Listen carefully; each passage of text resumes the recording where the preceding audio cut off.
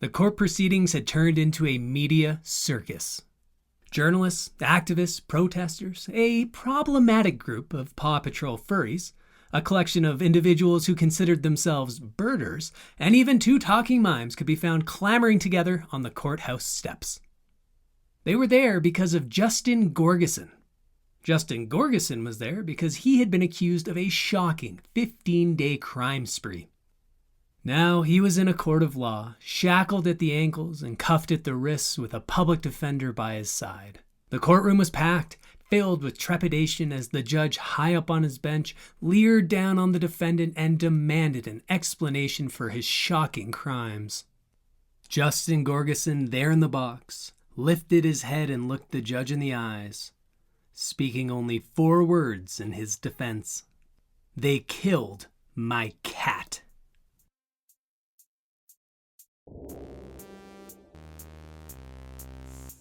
This is a silly little story. Today's is called Pigeon Shangri-La.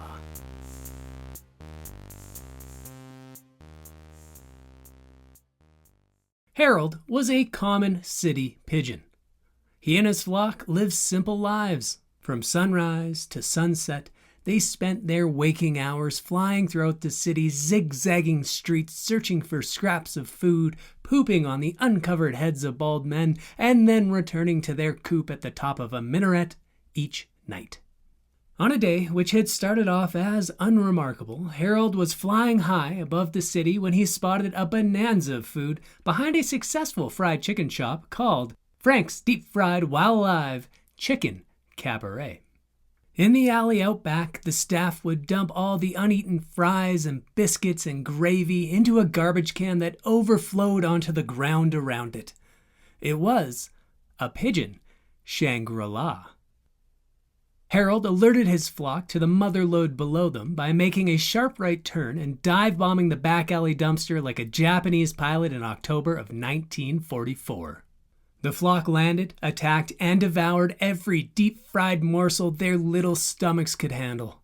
The scene was that of a 6-year-old's birthday party. In the moments after, a half-drunk father finally breaks open the Minions piñata, and the invitees attack the ground and each other, clasping for discarded candy. Once the pigeons picked the ground around the garbage can clean and were stuffed full of fat, oil, and lard, they prepared to take off and return to their coop at the top of the minaret. As the birds were belching and feathers were rustling, Harold tried to find the perfect time to stammer out what he thought would be an innocuous suggestion. "Why don't we just stay here?" "Stay here? But our coop is at the top of a minaret. My boy Harold, you sound crazy right now, doesn't he, Brian?" "Oh yes, sir, he does sound crazy, but, you know what else is crazy? Never met me own mother. Doubt she would have loved me, though." "Okay, Brian, we don't need to go back into that conversation now, do we? We're talking about Harold right now and this crazy idea he has that we stay here, like mere alley pigeons." Fellas, all I'm saying is we seem to do the same thing every single day. We fly from a patio to a stoop, to the park, to the subway station, scavenging for food, hoping the old senile woman on Stephen Avenue doesn't come close enough and smash us over the head with her broom. I don't want to live like that anymore. We don't need to live like that anymore. We can live here, because here we have the magic food bin. As his monologue drew to an end, a fry cook stepped outside and dumped another bucket full of food into the garbage can and onto the ground around it. Harold, gesturing to the newfound food in front of him, asked his flock the question again. Why wouldn't we stay here? "Well, Harold, it's just not what we do. Think of the old man in the park. He'd miss us. And who would we poop on? It's best we get going. Are you coming with us or not?" Defiant in the face of social pressure, Harold was resolute. "Leave then. I'll be right here if you need me." With that, Harold turned his back as his flock took flight to the place he would no longer call home. Harold was now a flockless pigeon. This meant he spent his days gorging on the deep-fried delicacies he found at the garbage can each day and sleeping in the eaves troughs above Frank's deep-fried while alive chicken cabaret each night. A week into his new life, as Harold was enjoying the remnants of bacon-wrapped corn on the cob, honey butter, and charred broccoli, a large orange tabby cat skulked up behind him. "I've been seeing you around more lately," the tabby said, prowling around the garbage can. "Don't worry, there's more than enough for both of us. And luckily for you, I don't like anything that's been deep fried." Jesus, holy! You almost scared the poop out of me. And that poop was earmarked for the bald guy who sits on the park bench every Saturday afternoon at 2 o'clock. Also, why are you sneaking up on people while they're eating? That's not a very nice thing to do. Likely a choking hazard. So how about this? I'll put aside the non-deep fried stuff for you, and maybe you put a bell on your collar for me. Do we got a deal? The orange tabby smirked as Harold talked and continued to circle the garbage can, unnerving the pigeon. Okay, you seem more like the ominous brooding type. But I don't want the whole you scaring me thing to get us started off on the wrong foot. So, my name is Harold, and what is yours? They call me Gary, and Gary wants you to keep on eating, little bird. Just keep on eating. With an effortless leap, the tabby jumped on top of the garbage can and disappeared out of sight.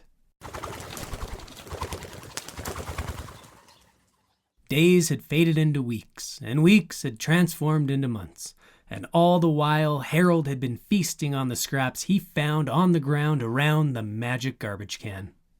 Like the parable of the frog that was boiled alive, Harold slowly and steadily put on weight.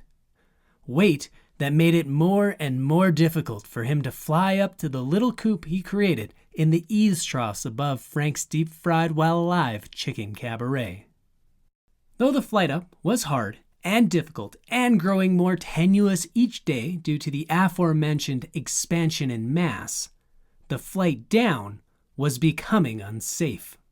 On the morning after his last flight, Harold stretched out his wings to glide down and retake his place among the garbage pile of food as he had done morning after morning, month after month. On this morning, he dropped like a bowling ball. And like a lane with bumpers, he crashed into the side of the brownstone building, careened into the railing of the fire escape, and splatted onto the ground. Bruised but not broken, determined and not dead, Harold rolled over to the heap of food surrounding the garbage can and began to feast. Unbeknownst to Harold, the orange tabby cat had been sitting on the garbage can and had seen the pigeon fall, crash, and splat onto the ground. The feline, in one smooth movement, floated to the ground without making a sound and crept up on the rotund pigeon. "Well, that was quite the fall you had there," the cat said as he circled the battered bird. "Don't worry if you can't get back up. I'll protect you. Just keep eating." The feline whispered in his ear before disappearing as quietly as he arrived.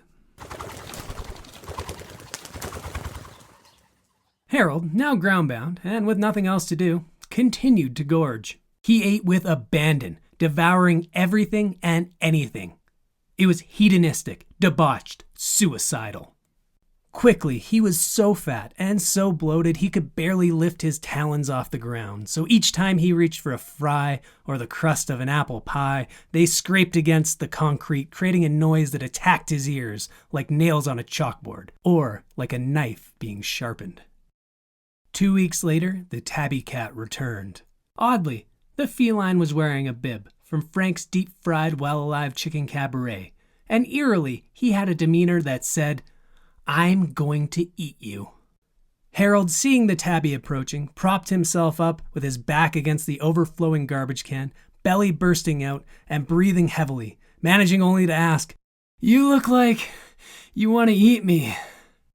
"Indeed I do," the tabby responded, drawing near, licking his lips. "I'd really prefer if you didn't do that," Harold pleaded. Plus, I don't even eat the chicken. Feels a little too close to cannibalism for me. Why don't you have that? I guarantee you, it tastes way better than I do, and it's probably seasoned.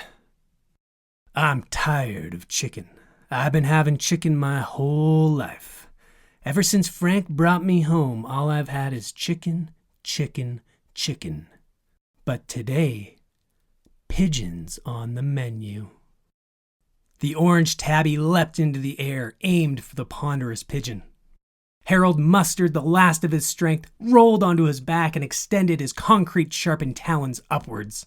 The cat landed on the little knives Harold now called feet and penetrated its soft underbelly.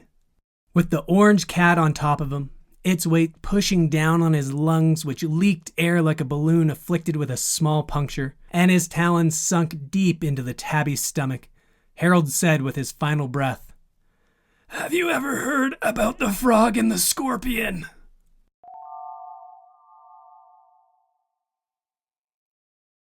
During his final session with the prison psychiatrist, a day before he was released, Justin Gorgeson was urged to move somewhere rural, away from the cities, far from the triggers that could set him off marching towards another rampage, away from any place a pigeon would call home. There was even a note added to his file, which in essence indicated he was likely to relapse into a blind, violent rage if he were to ever encounter a pigeon again. Fortunately for the world's pigeon population, Justin Gorgeson found a job as a cook in the kitchen of McMurdo Research Station located on Ross Island at the southern tip of Antarctica. He was coming up on his 3rd anniversary at McMurdo. Coincidentally, it was also the 10-year anniversary of when he found his beloved orange tabby cat Gary, dead in the alley behind his father's fried chicken restaurant with a morbidly obese pigeon's talons lodged inside its soft underbelly. It was an underbelly Justin had spent hours petting when Gary splayed out on his bed at night, demanding his bedtime scratches. On that afternoon, Justin cradled a lifeless Gary in his arms and stroked his fluffy orange face, tears streaming down his own. His crying turned to screams, which echoed off the walls and reverberated down the alley. It was the cry of a broken man, but it was a warning of what would come next. What came next was a 15-day crime spree that led to Justin Gorgeson's infamy and notoriety. In only 15 days, per official court transcripts and the agreed-upon facts, he killed 146 pigeons. However, rumors abounded online that the real number was much, much higher. Some even thought in the thousands. That would make him the first and likely only pigeon serial killer. His spree only came to its conclusion thanks to a concerned citizen who saw a man scaling the side of a minaret with a BB gun in hand and promptly called the police. But that was the past. His 4-year prison sentence, the past. His unmanageable rage, the past. His devastating grief, the past.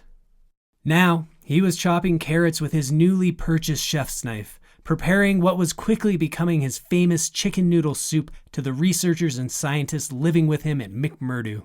Justin had taken on an unofficial role as the welcoming committee for the scientists flying in from all around the world. He would greet them at the dock, give them the tour, shuttle their bags to their rooms, and prepare a welcome feast for each time a new researcher arrived at the station. A contingent of Canada's best and most esteemed scientists had arrived in the morning, prompting another pot of the quickly growing famous chicken noodle soup. As Justin lined up the last carrot on his cutting board, his peripheral vision spotted a dark object that descended quickly past the only window in the kitchen. Knife in hand, he looked up to identify what the strange object could be, only to see, standing on the deck, staring at him with beady little eyes, a portly pigeon. That was a silly little story. My name is Zach Hodder. I wrote, I edited, I performed this story. If you didn't like it, please don't tell me because my ego cannot handle it. Goodbye.